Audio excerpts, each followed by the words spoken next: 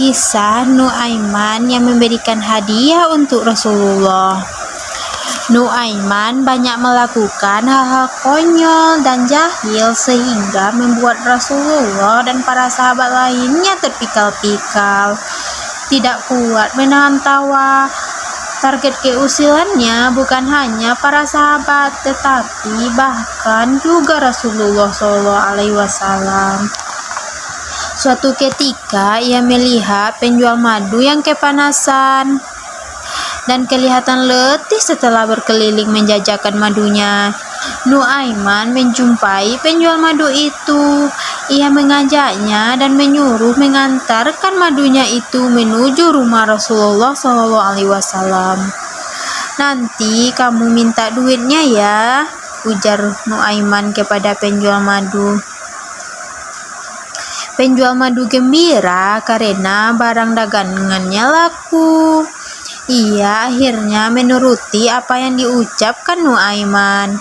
Ia datang menghadap Rasulullah dengan membawa seguci madu, hadiah dari Nuaiman. Tentu saja Rasulullah senang karena mendapatkan hadiah madu dari sahabatnya. Namun keriangan Rasulullah itu langsung berubah menjadi sebuah keterkejutan ketika penjual madu itu menyodorkan tagihannya. "Ini madunya Rasulullah, harganya sekian," kata penjual madu. Rasulullah pun langsung sadar telah dikerjai Nuaiman. Mau tidak mau beliau akhirnya membayar harga madu itu. Jadilah Rasulullah mendapatkan hadiah madu sekaligus tagihan harganya. Hahaha. Beberapa saat kemudian Rasulullah memanggil Nuaiman.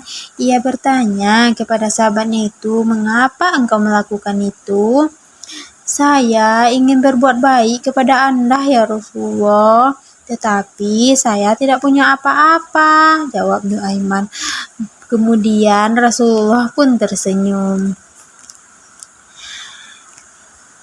Kisah Nuaiman yang menjual temannya sendiri. Pernah suatu saat Nuaiman berangkat bersama Sayyidina Abu Bakar ke Basrah untuk berniaga. Bersama mereka ikut pula Suwaibid bin Harmalah yang bertugas membawa perbekalan.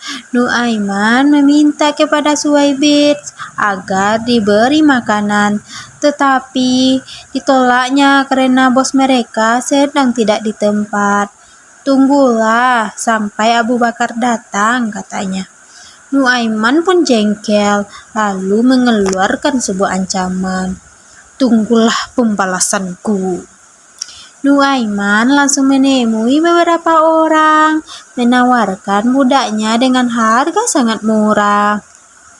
Sambil membocorkan kelemahannya, yaitu budaknya sering mengaku dirinya seorang yang merdeka. Yang ditawari setuju, lalu bersama Nuaiman mereka menuju ke tempat Suwaibid duduk. Nuaiman menunjuk kepadanya. Tentu saja Suwaibid memberontak sambil mengatakan dirinya bukanlah budak. Tapi si pembeli bersikeras mengikatnya dan berkata, "Kami sudah paham sikapmu." Untung Abu Bakar segera datang dan urusan menjadi gamblang. Ketika peristiwa tersebut diceritakan kepada Nabi, beliau pun tertawa. Bahkan setiap beliau ingat atau diingatkan, Nuaiman adalah pembawa kegembiraan. Mungkin karena itu Nabi pernah berkata, "Nuaiman akan masuk surga sambil tertawa karena ia sering membuatku tertawa." Peristiwa lucu ini terjadi setahun sebelum wafatnya Baginda Sallallahu Alaihi Wasallam. Kisah Nuaiman makan daging unta.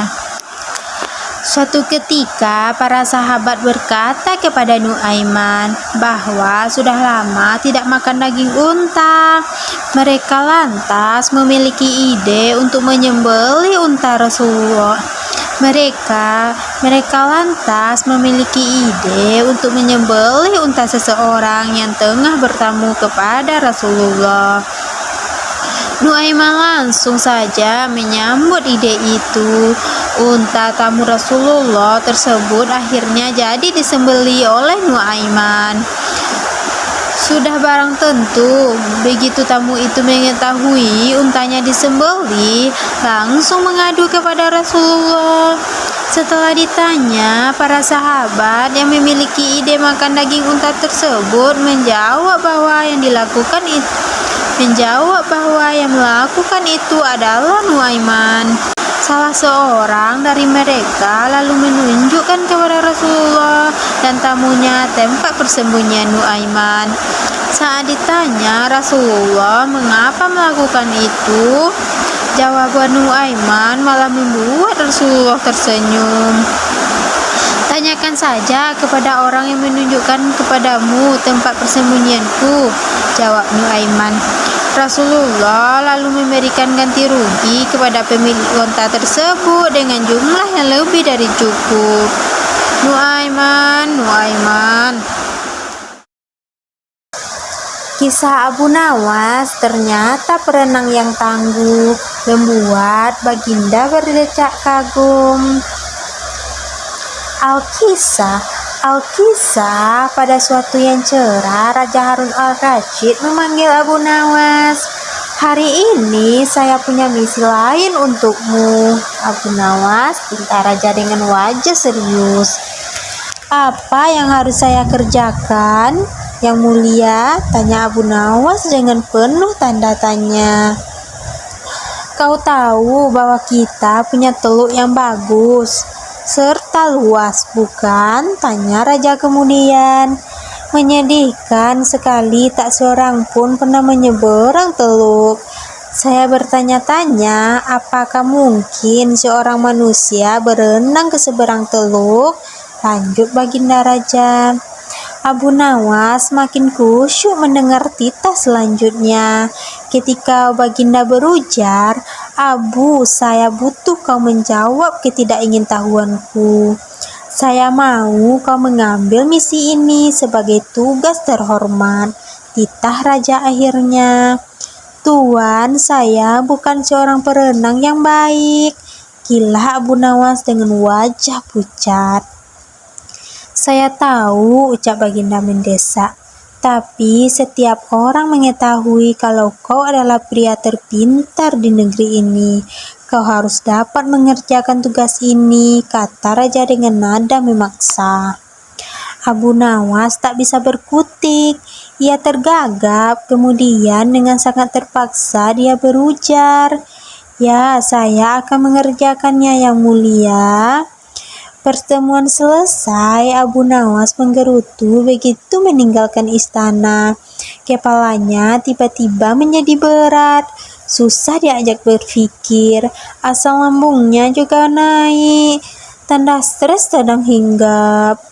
Selanjutnya, si cerdik ini berjalan gontai ke pantai. Ia memandangi teluk yang luas itu. Beberapa kali ia menarik nafas dalam-dalam. Pikirannya hampir kalut ketika ia akhirnya duduk di bawah sebuah pohon palem. Ia mencoba mencari ide menyiasati misi yang mustahil ini. Pada waktu itu, ia melihat pakaian anak-anak tergeletak di atas bebatuan di sampingnya. Di mana anak itu? Mereka pasti berenang di pantai, gumam Abu Nawas. Seketika itu juga, kepala Abu Nawas tiba-tiba enteng. Asam lambungnya normal kembali. Cuma hanya kepingin makan yang enak-enak. Senyumannya pun terkembang. Tampaknya ia telah menemukan ide cemerlang. Abu Nawas lalu pulang dan bangun pagi-pagi sekali pada hari berikutnya. Ia segera pergi ke pantai sambil tersenyum. Abu Nawas melepaskan pakaian dan cincinnya lalu meletakkannya di pasir. Ia juga melepaskan sepatunya dan meletakkannya di samping pakaiannya. Setelah itu, Abu Nawas kembali lagi ke rumah. 1 jam kemudian, raja dan para menterinya datang ke pantai. Mereka terkaget-kaget ketika mengetahui ada pakaian Abu Nawas yang teronggok di atas pasir. Mereka pun berspekulasi, Abu Nawas sedang berenang mengarungi laut untuk mencapai Teluk. Luar biasa ini orang, gumam Baginda geleng-geleng kepala. Tapi sebagian dari mereka meragukan kalau Abu Nawas yang punya kemampuan berenang pas-pasan berani mengarungi laut. Untuk membuktikan rasa penasaran, mereka semua akhirnya sepakat untuk mendatangi rumah Abu Nawas. Sampai di rumah Abu Nawas, raja dan para menteri hanya ditemui oleh istrinya. Ia mengatakan kalau Abu Nawas meninggalkan rumah pagi hari sebelumnya. Kemarin ia mengatakan padaku kalau ia akan berenang menyeberangi teluk. Dia berkata bahwa Yang Mulia memerintahkannya melakukan demikian. Sebenarnya saya tidak tega membiarkannya pergi karena saya tahu ia bukan perenang yang baik, kata wanita itu dengan sedih. Tiba-tiba datang seorang pengawal istana melapor, Yang Mulia, Abu Nawas ditemukan. Pengawal itu kemudian bercerita jika pada sore hari 3 nelayan di pantai melihat seorang pria berenang.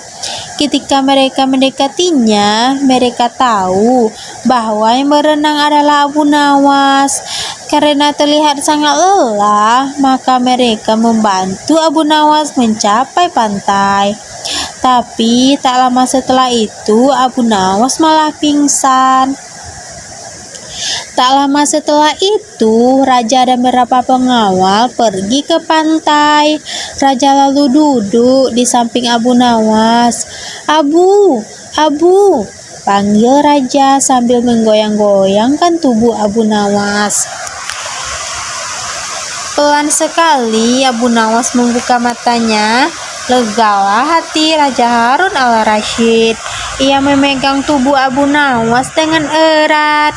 Ia terlihat sangat menyesal karena telah menyebabkan Abu Nawas menderita. Abu Nawas tersenyum tipis ketika sang raja memeluknya dan mengatakan, "Kau hebat, Abu." Selesai. Jangan lupa like, subscribe, dan komen ya teman-teman adik-adik semua. Bye-bye.